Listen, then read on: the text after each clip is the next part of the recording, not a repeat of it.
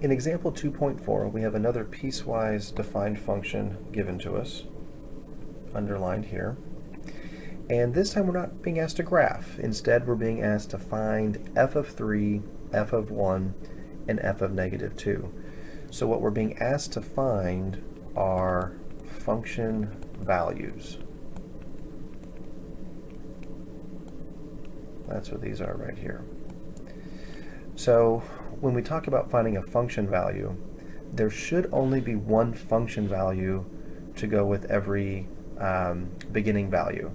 So from the mapping perspective, if we look at an arrow map, here's what we're describing. We're saying that we want to take 3, 1, and negative 2, and we would like to be able to map them over to some value in our second set.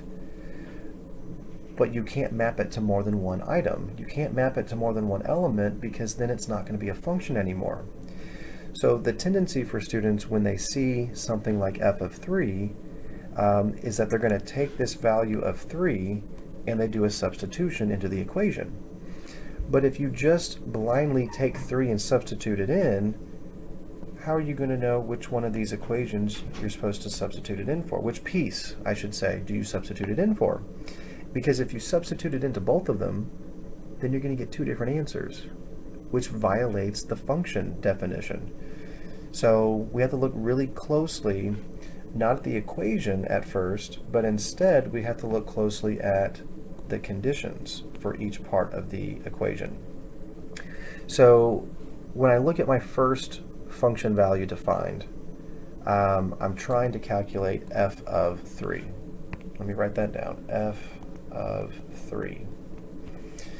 Now 3 is either going to be less than 1 or 3 is going to be greater than or equal to 1 as I apply 3 to these conditions. It's only going to make one of those statements true, and 3 is not less than 1, that's false, but 3 is greater than or equal to 1. So what that tells me is that I should be using this bottom piece to do the evaluation for 3.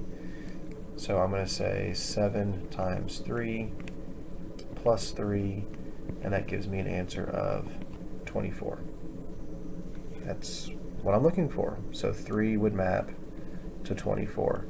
The question is not asking you to do an arrow map, but I know that the arrow map helps us to be able to visualize what it is that we're being asked for. So really the answer that we're looking for is this part right here. F of 3 is equal to 24. And what's here in the middle is the work that backs up the answer. Okay? So now we want to do this also for f of 1 and f of negative 2. So for f of 1, let me clear what we've got going on here. So let me write down f of 1. And f of 1 is going to use that bottom piece again. And that's because 1 is going to fit the greater than or equal to 1 condition. So that's the only one of those that gets satisfied. So this will be 7 times 1 plus 3, giving us a total of 10. And then for the last one, we'll take a look at f of negative 2. And that should take us to the top piece. Negative 2 is going to be considered less than 1. So that top piece is going to require us to plug in negative 2. So 3 times negative 2 plus 5, giving us a total of negative 1.